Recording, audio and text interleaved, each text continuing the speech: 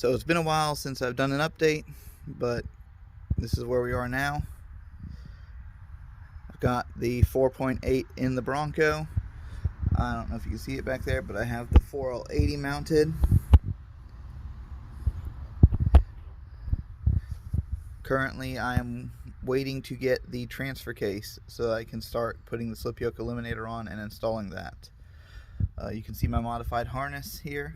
I ended up rerouting this main leg for the computer so that instead of coming off from the driver's side, it now goes to the passenger side.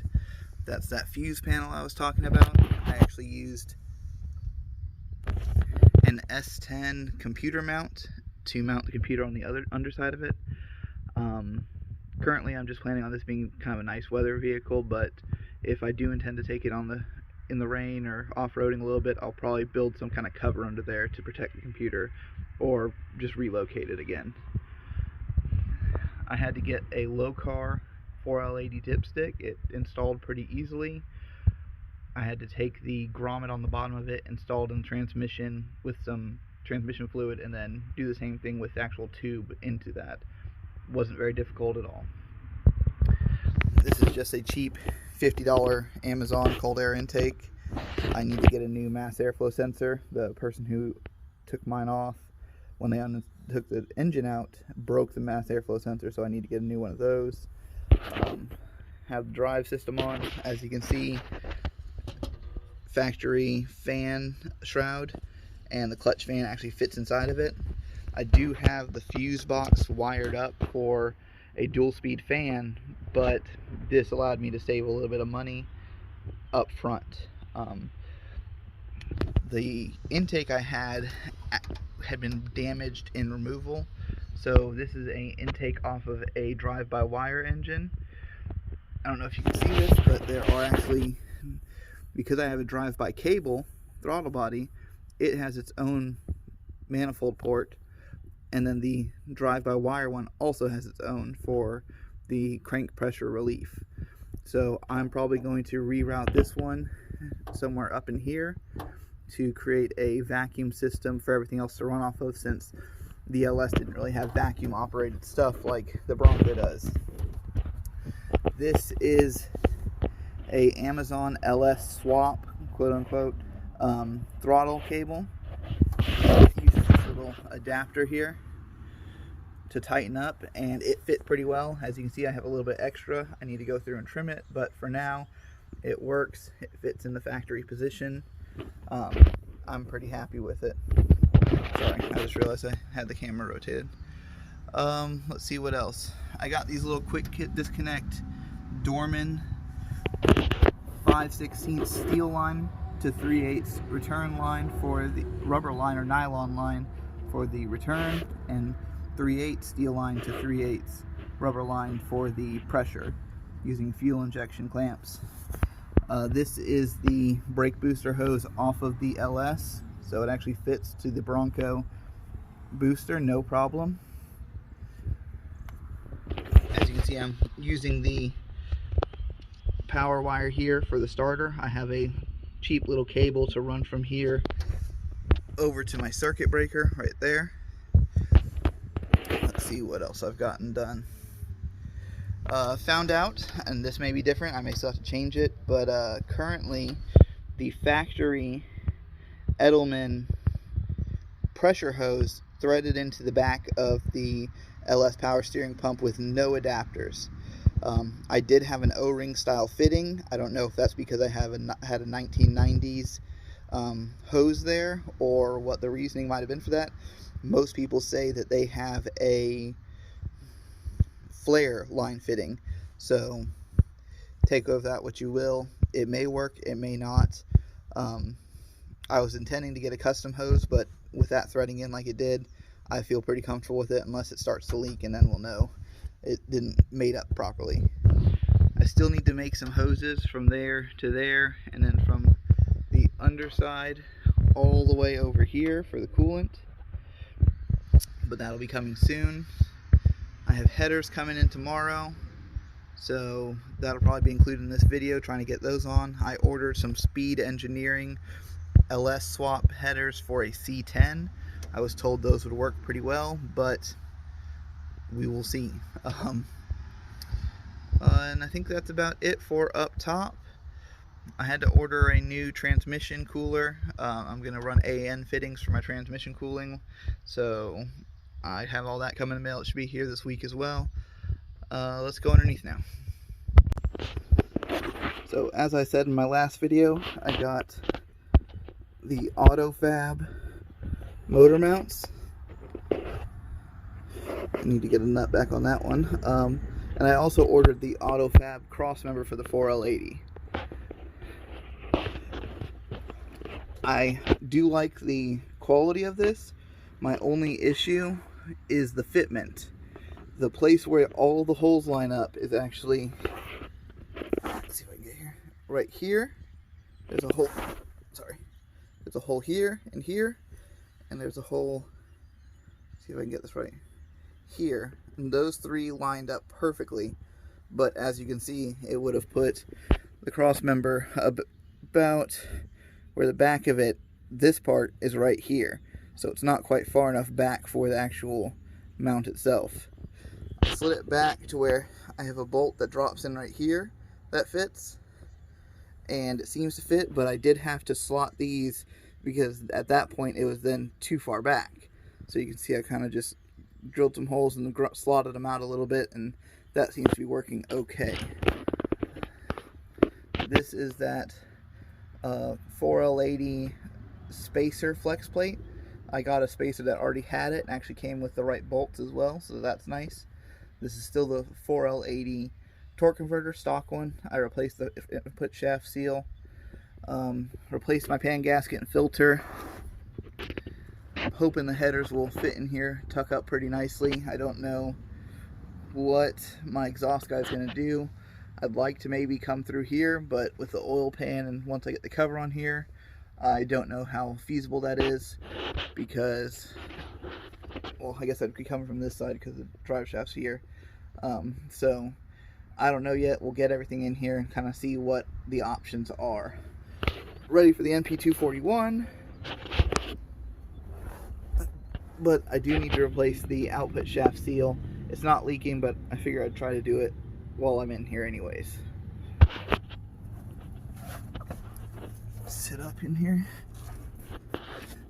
Alright, so when you're switching from a 4L60 to a 4L80, there's a couple wires in this plug that you redistribute, and then you pull two wires actually, and they become the VSS sensor here. Unless you use a two-wheel drive, the two-wheel drive will have a second VSS sensor here, and this one, no, this one will still go here, but you will have, let's see where it is, it's in here somewhere. The factory 4L60 one is this one, it will go here on the 4L80, but since I don't have a two-wheel drive one, it's going to go into my transfer case. O2 sensor wiring, I'm using a Winters shifter, so I'm wiring this up for my neutral safety switch information, hopefully. I think that's what it's supposed to be wired for. I'm going to try to wire this plug so that when I'm in reverse, it still activates my reverse lights. You can see the clamp right there for the Winters shifter, the Winters shifter linkage. There's the Winters shifter poking through. That's not where it's going to go, but I was trying to get an idea for where it might go eventually. I got my fuel pump installed. All the fuel lines are ran up there. I can kind of tuck them up a little bit once I have the header in. Again, using these nice connectors to tie them in. That's just the ground for it. And I think that's about it for now. I mean, let me go into the cab and show you a little bit of the stuff and kind of see where everything is. I have some, like I said, I have some AN lines ordered for the transmission. They'll be here in the next couple days, and then I will run those up there and hopefully get that done so that I can start filling some fluids. Alright, back up in the cab. You can see the shift cable for the Winters shifter, some of the extra hardware. I actually ordered some exhaust head clamps to hold the headers down since I couldn't get the broken bolts out of the back of the heads. I tried with a welder. It didn't really work great. My drill bits just weren't drilling into them. And just trying to get pushing forward, I ended up just saying, you know, I've used these before on my last LS and they seem to work pretty damn good. My mass airflow sensor that came with the truck, you can see the snout of it is broken off, so it will not work. And there's the winter shifter, obviously not where it's going to go eventually. I'm going to build a center console, I think, and once I do that, it'll be mounted up top. I don't know if that'll happen before I install it or if I'll temporarily mount it somewhere in the meantime. Need to get all this weird sheep wool crap up. I'm going to try to use it with that razor. This is the wiring harness I got for hopefully what will work for the reverse lights. I'll let you guys know if that works or not, because I really don't want to have reverse lights wired up to a switch. I'd rather them just work normally. And since I'm not using the column shifter anymore, I got to figure out a way to trigger it. So yeah, I think that's about it right now. I ordered these off of Amazon. I'm going to show you guys. Been really happy with them. Built-in heat shrink into them. I mean, it's a whole bunch. I think it was $15 or $20 for 660 pieces. Been really happy with them. This is gonna be the starter cable. I'm gonna put some red tape on it just to indicate it is a positive wire. Order this PCV valve for this 302. I do not know if I'm gonna end up using it or not though. So for now, I might just plumb it with the factory PCV and then figure out from there if I decide to use this. I have a new negative cable because the one I have in there is insanely long. Yeah, and if you're doing any wiring, those are the two tools I use the most. Best tools ever. Nice little wire stripper. It's really convenient to use. And then this pair of strippers, crimpers, which has an insulated tooth right, if I can get my hand up here, right there, and a non-insulated, so depending on what you're using.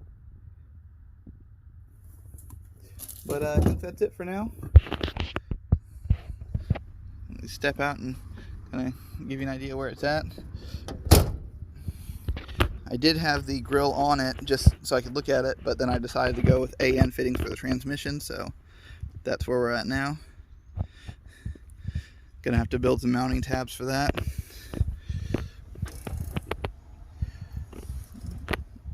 Wire routing could be a little bit better, but I figure it's going to slowly clean up as things finally get to their permanent position. There's a lot of things I don't know where they're going to go just because the starter's not in, headers aren't in, small things like that. So bear with me. Hopefully it'll come together here soon. But otherwise, I mean, I've been pretty happy with how it's coming along. Got a lot of vacuum tubes to reroute. Some of this stuff I had for the 302 when I had that catch can on it. Like I said, I'm using a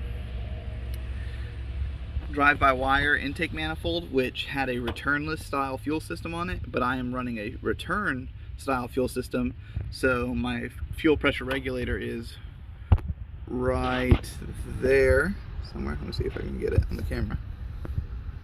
That piece right there. That fuel pressure regulator, but it doesn't actually have the fitting on the intake manifold. So I'll probably get some vacuum line to run that up to this. And I said earlier, I'm going to give that vacuum from the extra port right there. Right there. So with luck, that'll all work out like it needs to. I ended up taking my cruise control off. If I do end up using cruise control, I think I might go with a kit that like Dakota Digital sells. They're like $500, but for now, I'm just wanting to get the truck running. As weird as it's going to sound, I think seats are a little bit more important than cruise control at the moment. I'd like for someone to be able to sit beside me instead of in the back seat, and I can't really build my center console until I get seats built, or not built, installed. So that's kind of where things are. Hopefully getting the transfer case in the next week or so. I need to drive about 2 hours away to get it. Trans line's coming tomorrow. Exhaust coming tomorrow. She's coming together. So until next time. So just an update, even though it's going to be in the same video, this is how I end up fixing all of my vacuum lines. You can see my PCV valve there ran to the intake manifold. Right here is where the factory fuel pressure vacuum port was, but on the drive-by-wire intake it's not there. So I took my fuel pressure regulator wire.